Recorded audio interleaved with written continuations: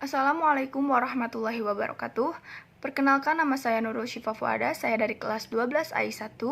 Di sini saya akan mereview bab yang berjudul Peranan Pers bagi Negara Demokrasi. Sebelumnya, apa sih pengertian pers itu? Menurut undang-undang, pengertian pers terbagi menjadi dua, yaitu secara arti luas dan arti sempit. Pers dalam arti luas yaitu meliputi segala sesuatu yang menyangkut penerbitan, bahkan media massa elektronik, siaran radio, dan siaran televisi. Adapun secara arti sempitnya, pers hanya terbatas pada media massa cetak, yaitu surat kabar, buletin, dan majalah. Pers juga mempunyai 5 ciri, yaitu objektivitas, universalitas, aktualitas, publisitas, dan periodisitas.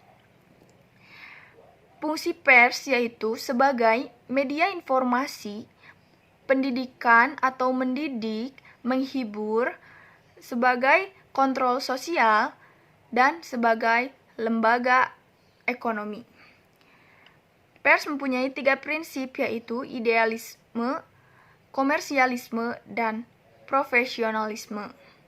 Adapun landasan hukum pers di Indonesia, yaitu yang pertama ada landasan ideal, yaitu Pancasila, landasan yuridis formal, yaitu Undang-Undang Nomor 40 Tahun 1999 tentang pers, Undang-Undang Nomor 32 Tahun 2002 tentang penyiaran.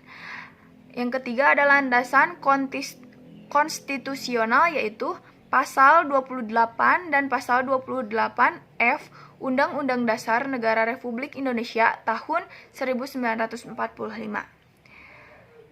Selanjutnya ada peranan pers, yaitu memenuhi hak masyarakat untuk mengetahui yang dilakukan melalui transfer informasi dalam berbagai bidang. 2. Menegakkan nilai-nilai dasar demokrasi.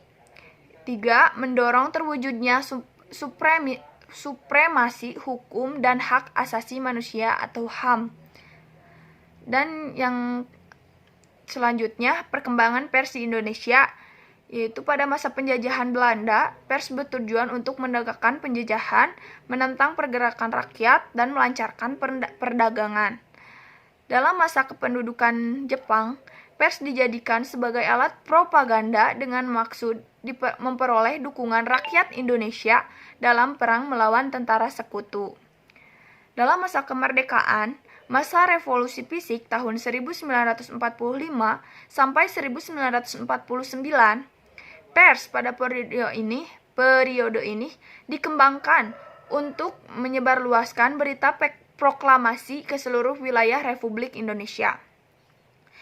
Pada masa Orde Lama tahun 1949 sampai 1966, pers pada masa demokrasi liberal 1949 sampai 1956 dijadikan sebagai propaganda partai politik.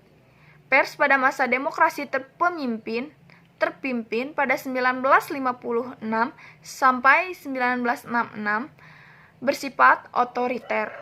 Pada masa Orde Baru tahun 1966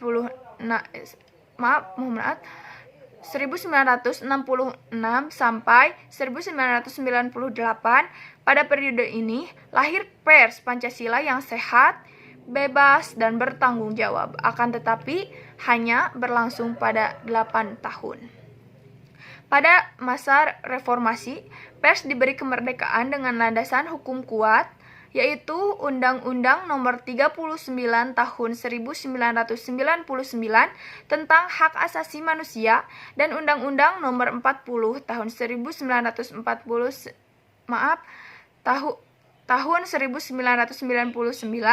tentang pers.